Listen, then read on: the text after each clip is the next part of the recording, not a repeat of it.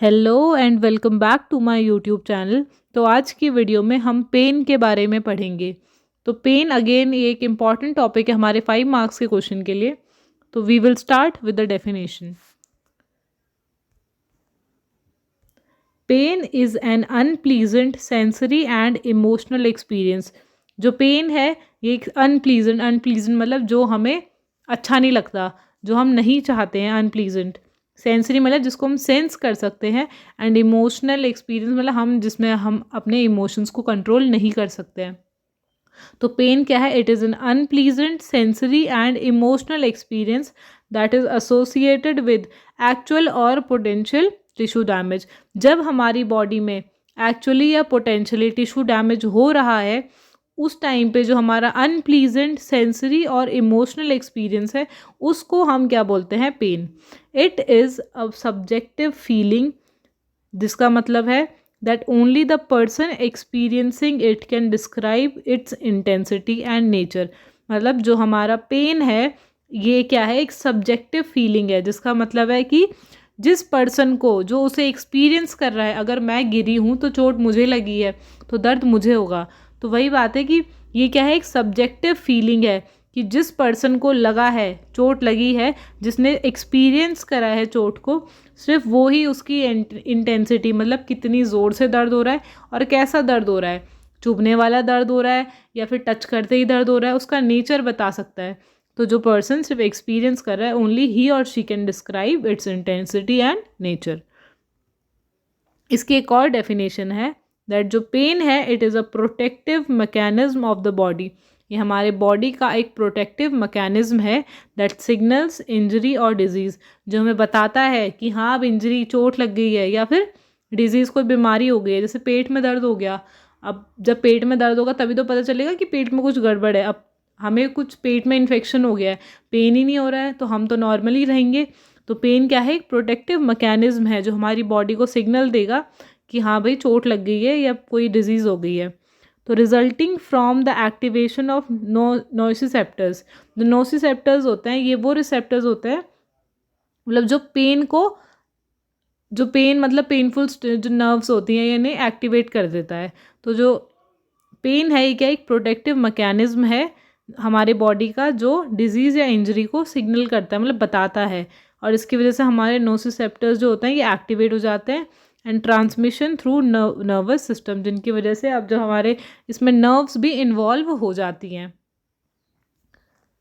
Next है अब types of pen. तो मेनली हमारा जो पेन है, अगर आपको इसके बाद वीडियो पूरी कंप्लीट करने के बाद भी टाइप्स नहीं याद हो रहा है, तो आप मेनली 2 टाइप के पेन लिख सकते हो, एक्यूट एंड क्रोनिक। तो पहले हम acute pain and chronic pain पढ़ेंगे। तो एक्यूट पेन, एक्यूट मतलब सडन, अचानक। तो जब पेन अचानक हो रहा है and last for short duration, जब पेन क्या हो रहा है? अचानक हो रहा है और थोड़े टाइम के लिए हो रहा है, it is called acute pain. जैसे कि पोस्ट सर्जिकल पेन, जब किसी की सर्जरी हो जाती है तो पोस्ट सर्जरिकल जो पेन होता है, सर्जिकल पेन, उसको हम क्या बोलते हैं? Acute pain. जैसे कि फ्रैक्चर्स में हो गया या फिर बर्न में हो गया। तो ये सब क्या है? एक्यूट पेन के एग्जाम्पल्स। अब जो क्रोनिक पेन है ये उसका ऑपोजिट हो गया, दैट इट लास्ट फॉर 3 से 6 मंथ। ये लॉन्ग टाइम तक रहेगा और 3 से 6 महीने तक रहेगा। जैसे कि अर्थराइटिस का पेन हो गया, कैंसर हो गया, या फिर न्यूरोपैथिक पेन हो गया, जिसमें हमारी नर्व्स इन्वॉल्व होती हैं। थर्ड टाइप का पेन है हमारा सोमैटिक पेन। अब जो सोमैटिक पेन है, S for somatic and S for skin. तो जो हमारा पेन दैट ओरिजिनेट, जो हमारे स्किन, मसल, बोन या जॉइंट्स, इनसे ओरिजिनेट हो रहा है, शुरू हो रहा है, इनको क्या बोलते हैं हम?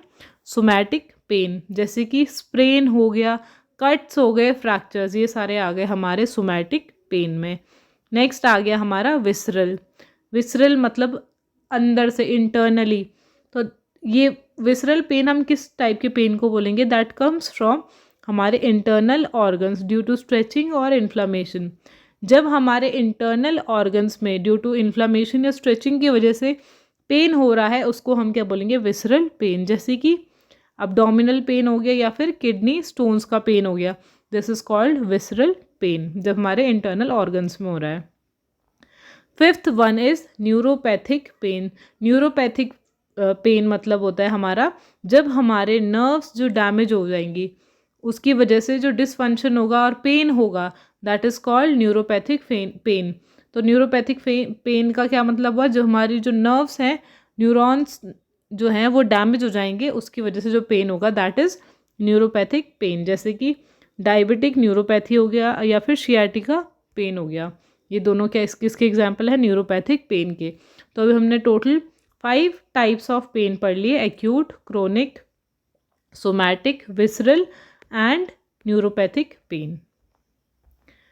अब है हम पेन का असेसमेंट कैसे करेंगे, जो हमारा नेक्स्ट हेडिंग है that is assessment of pain या पेन असेसमेंट। ठीक है, तो इसका एक न्यूमोनिक है दैट इज PQRST। तो आप इसको ऐसे याद कर सकते हो, पी मतलब है प्रोवोकेशन। प्रोवोकेशन मतलब किसकी वजह से पेन हो रहा है, व्हाट ट्रिगर्स द पेन, किस चीज़ की वजह से हो रहा है। कभी कुछ खाने की वजह से, अगर हमारे पेट में हो रहा है पेन, कुछ खाने की वजह से हो रहा है, या पेट में हाथ लगाने की वजह से हो रहा है, या लेटने की वजह से हो रहा है, तो किस चीज़ की वजह से पेन हो रहा है, कौन सी चीज़ ट्रिगर कर रही है पेन को। नेक्स्ट है क्वालिटी। क्वालिटी मतलब Q स्टैंड्स फॉर क्वालिटी। तो क्वालिटी मतलब इज इट शार्प, डल और बर्निंग। अब किस टाइप का पेन हो रहा है, बहुत चुभने वाला पेन हो रहा है, हल्का पेन हो रहा है, या फिर जैसे पेट में जलन सी हो रही है, तो Q stands for quality. Next है रेडिएशन। रेडिएशन मीन्स हमारा जो पेट में पेन हो रहा है, डज इट स्प्रेड, क्या वो दर्द कहीं और को जा रहा है, कहीं और फैल रहा है। हम पेट में मतलब अगर चेक कर रहे हैं, हम पेट में पाल्पेशन कर रहे हैं, दबा के चेक कर रहे हैं, तो क्या वो पेन कहीं और स्प्रेड हो रहा है, तो R stands for radiation. Next है सीवियरिटी। सीवियरिटी में हम जो पेन स्केल से हम पेन को मेजर करते हैं, तो हम पेन स्केल का यूज़ करके उसकी सीवियरिटी को देखेंगे कि कितना सीवियर पेशेंट को पेन हो रहा है।